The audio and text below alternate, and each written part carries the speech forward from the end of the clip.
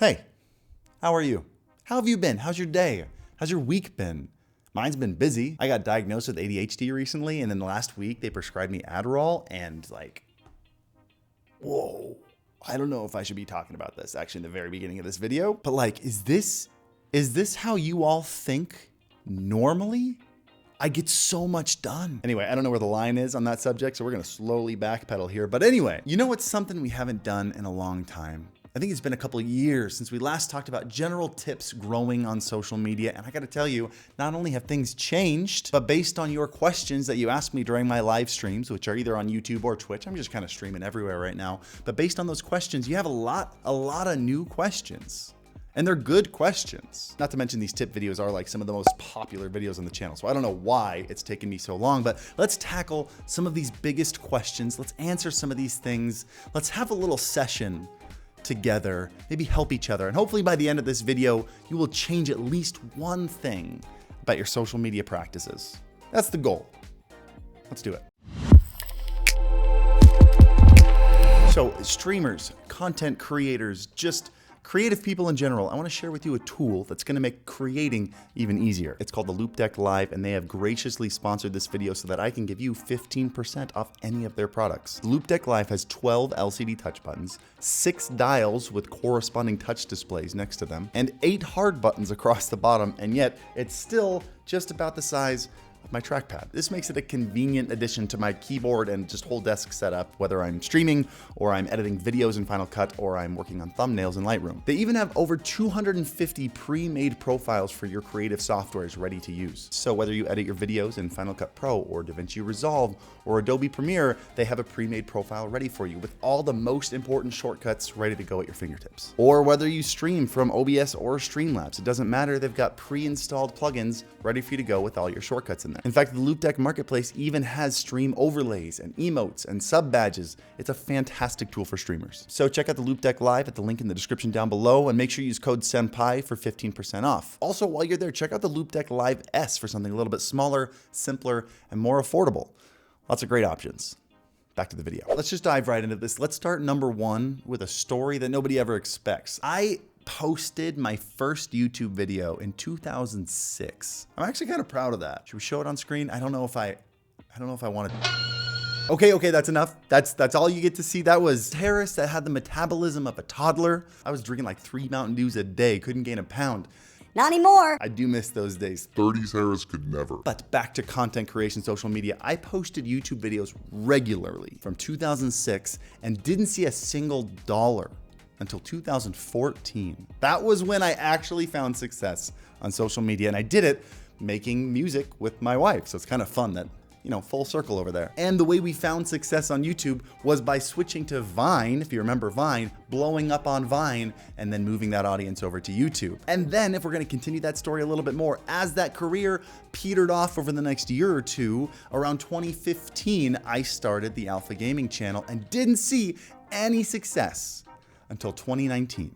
4 years later, even after I'd had a successful YouTube career, and with all the knowledge that I'd gained from that, I couldn't replicate it for another 4 years. I mean, we're talking hundreds and hundreds of videos and equipment and hours of editing. And the point I'm trying to make, this is leading to a point here. The point I'm trying to make is be patient with yourself. It is tempting to say, hey, here's a successful YouTuber. I'm gonna try to do that thing. How come I don't find that success in a couple months? The thing is, you never see the struggle in these YouTubers because usually you don't find them until they're finished with the struggle. Stop trying to find a viral video now and spend some time on yourself. Develop your skills, develop your camera skills, your knowledge, your editing skills, develop your voice and your value.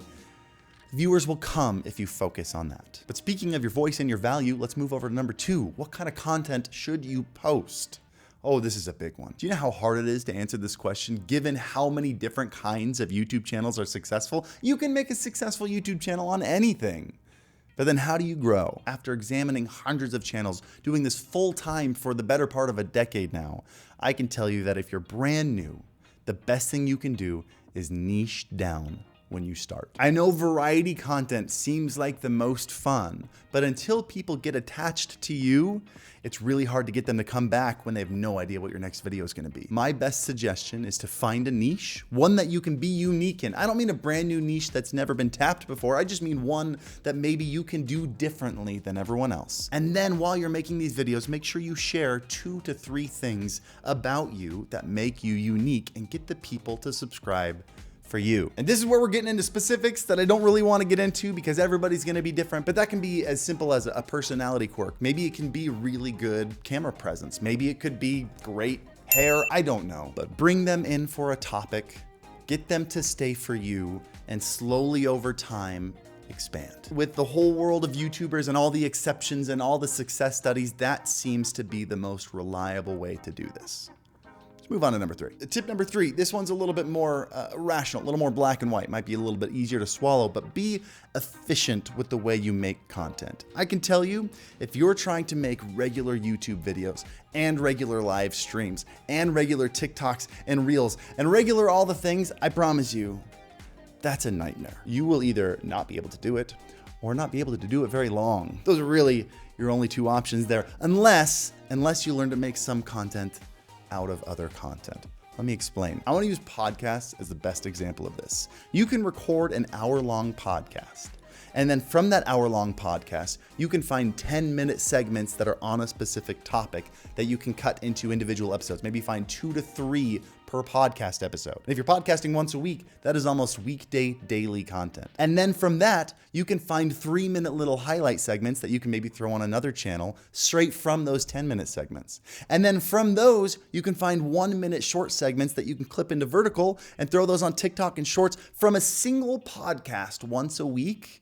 You've now found every single piece of content throughout the spectrum. And the great thing about live streaming is it works the same way.